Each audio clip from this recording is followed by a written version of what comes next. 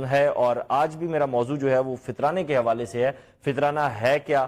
فطرانہ کب سے واجب ہوا؟ فطرانہ دینے سے معاشی صورتحال جو غریبوں تک جو پہنچتا ہے، کون لوگ دے سکتے ہیں، کون نہیں دے سکتے، اس کی تقسیم کیسے ہونی چاہیے، کیا حکومت جو ہے وہ لے کر تقسیم کر سکتی ہے، اس سارے منظرنامے پہ بات کرنے کے لیے آج میرے ساتھ ملک کے جید علماء کرام اسٹوڈیوز میں تشریف فرما ہیں۔ سب سے پہلے کسی تعارف کے محتاج نہیں ہے، مفتی خلیل احمد قادری صاحب تشریف فرما ہیں، آپ کو خوش آمدید کہتے ہیں۔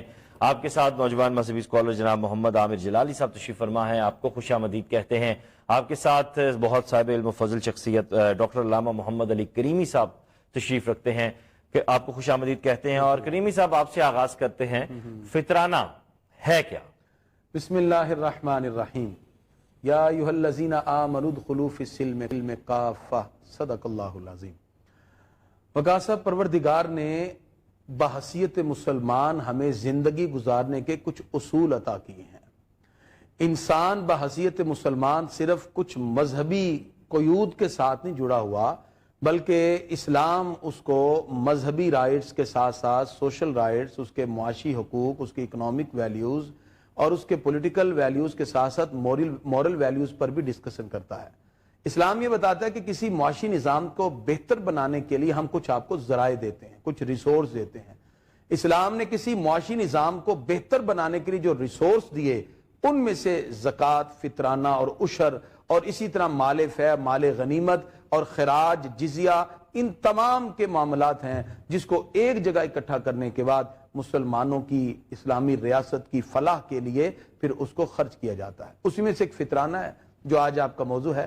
فطرانہ در حقیقت انسان جو روزے رکھتا ہے بحیثیت مسلمان، جب اپنے روزے کی تکمیل کر رہا ہوتا ہے تو اس نے اپنے پروردگار کی بارگاہ میں ایک ایسا صدقہ نکالنا ہوتا ہے۔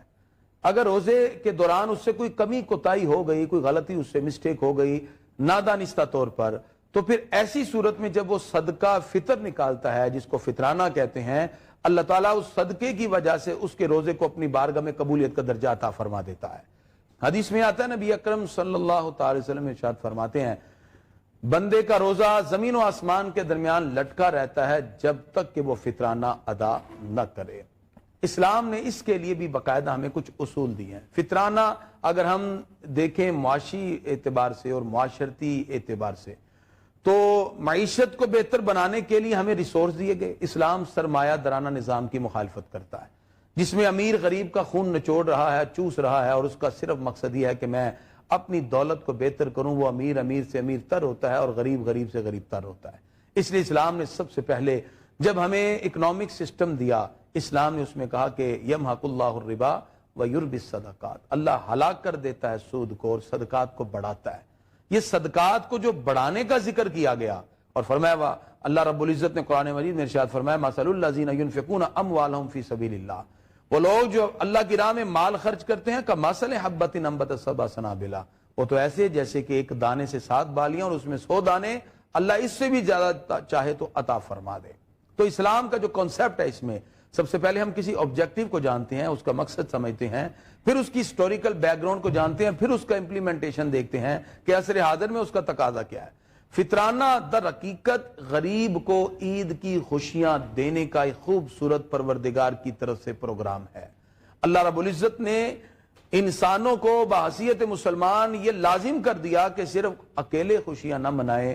اللہ رب العزت نے کچھ طبقات میں انسان کو تقسیم کیا ہے، یہ پروردگار کی تقسیم ہے، لیکن حکم یہ ہوا کہ امیر لوگ اپنے مال و دولت پہ اژدہا اور سانپ بن کے نہ بیٹھیں، بلکہ اس میں سے غریبوں کا حق نکالیں۔ اللہ فرماتا ہے یہ مال تمہارا ہے ہی نہیں، ان اللہ اشتری من المؤمنین انفسہم واموالہم، اللہ فرماتا ہے یہ جو تمہیں مال ہم نے دیے یہ ہم نے آپ سے خرید لیے ہیں۔